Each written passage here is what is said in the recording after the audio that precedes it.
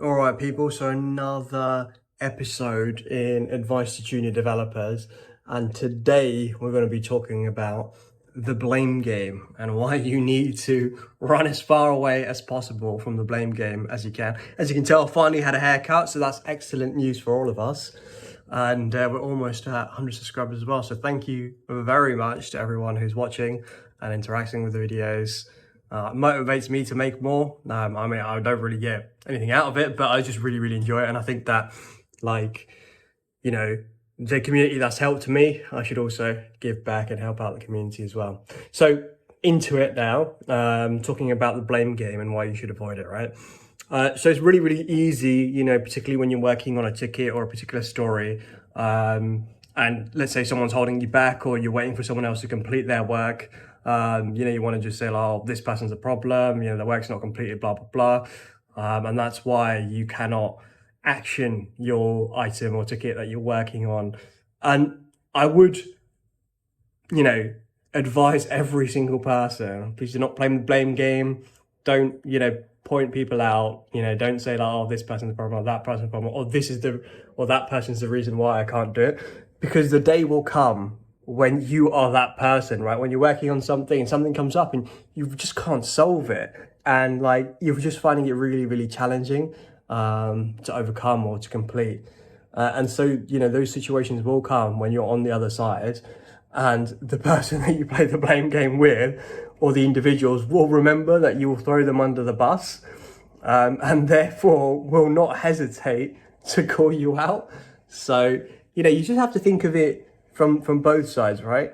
The situation can easily be reversed and you could be the reason why something isn't getting done. In software engineering and development, like, issues happen all the time, and some things you do have stuff that are unexpected, or maybe you have a problem that on the face of it looks fine, but when you want to solve it or you're taking particular security considerations right into account, maybe it does become a little bit more challenging, right?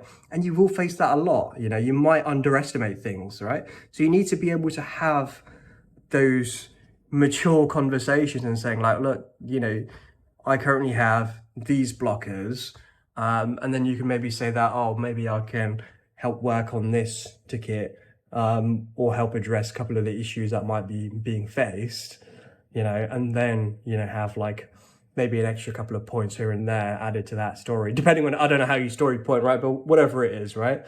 Add the necessary amount or have that conversation with your team or your PM, say that, these things can't be delivered in X amount of time and that the focus will have to change onto this, right? And, if you're able to convey your message across appropriately, then things can get pushed into, like, let's say next sprint or the sprint after, depending on how much time you need.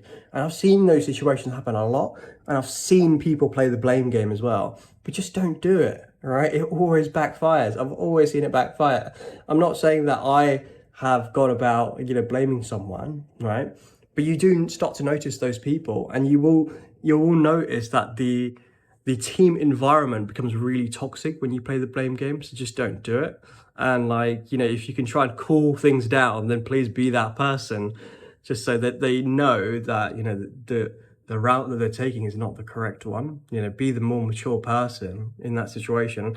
And I like to think of it as dealing with things professionally, right? In the professional world, of course, there are a lot of organizations where, there will be a culture of the blame game and stuff like that.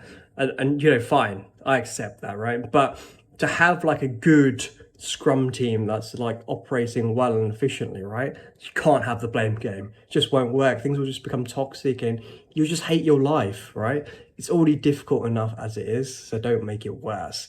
Be the change that you want to see, right?